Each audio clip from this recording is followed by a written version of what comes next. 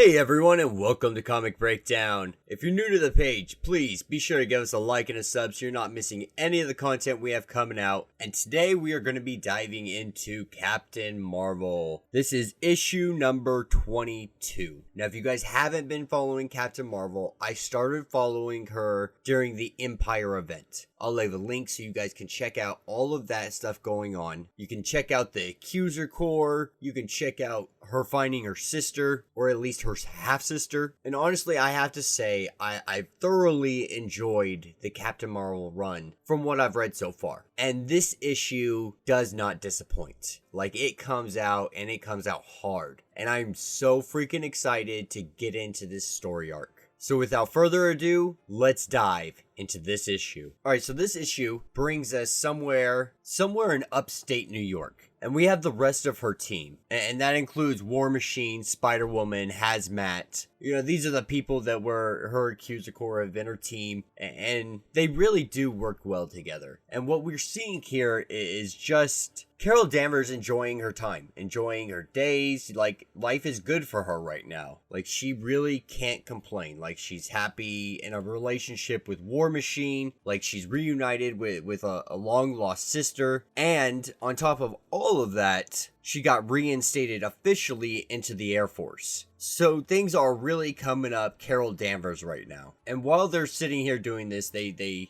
reach the location of where they're going. And it seems to be some kind of spacecraft or spaceship that crash landed in the trees. And so Carol goes up there to try to investigate. And she's just completely oblivious to what it is. And then down on the ground, the entire team's getting attacked by black vines of some type. And then in an instant, Carol Danvers is transported with a giant energy blast. And it transports Carol Danvers somewhere she has no idea. But she's about to learn real quick that they aren't messing around. And she blasts one individual while another attacks her with an energy sword. And this is where Gary Drew steps in. That's right.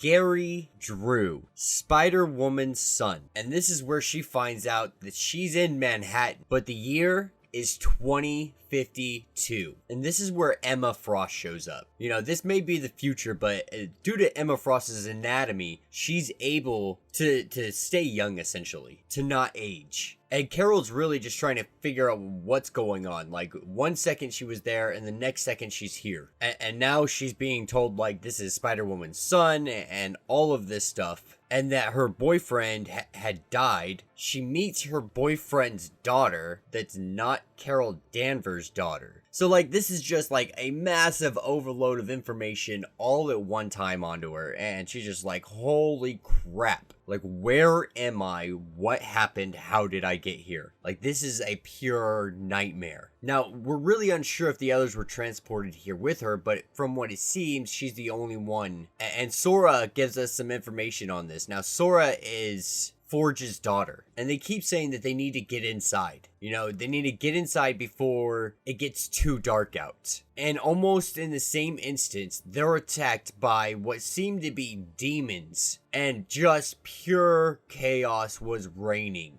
Everybody is literally fighting for their lives, while Katie Barton, that's right, Katie Barton, Hawkeye and Black Widow's daughter, is up on the rooftop just taking out demons with arrows. And finally, Carol Danvers has had enough, and she's like, alright, everybody get down. And she just blasts every single demon, takes care of it instantaneously. And this is where she comes to the wall of the lost. And it has the name of every person that's died, or thought to have died. You know, we see Luke Cage's name, we see Thor's name, we see Tony Stark, we see Jessica Jones. So many names. And this is where Carol Danvers reunites with Jessica Drew, Spider-Woman. But not the Spider-Woman of her time, the Spider-Woman of this time. So she's an old lady at this point. And so they go inside and they sit down and they start discussing, like, all the possibilities of why she's here, like why she could be here,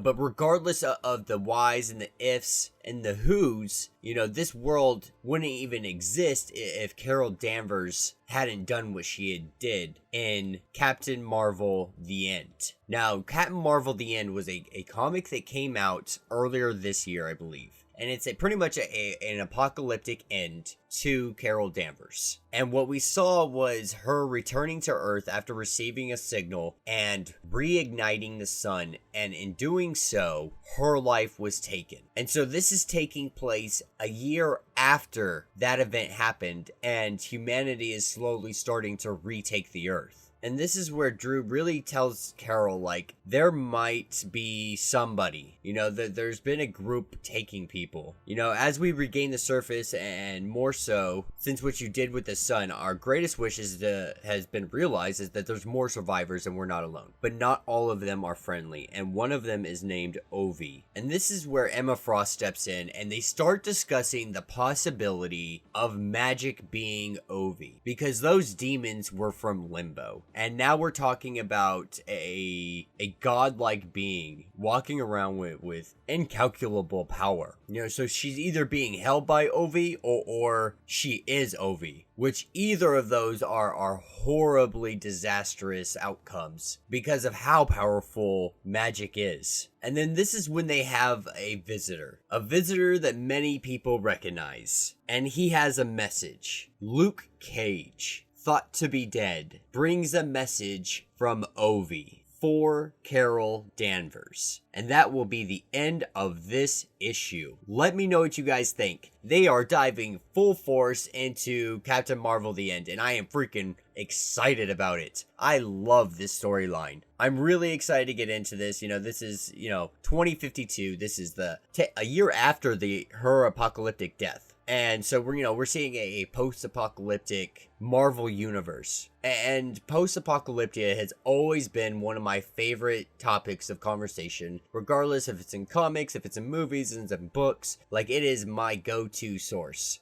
for entertainment. But yeah, let me know what you guys think. I personally am absolutely loving this. I'm going to continue doing Captain Marvel. If you guys like it, let me know down in the comments. Be sure to like and subscribe to the page. And until the next video,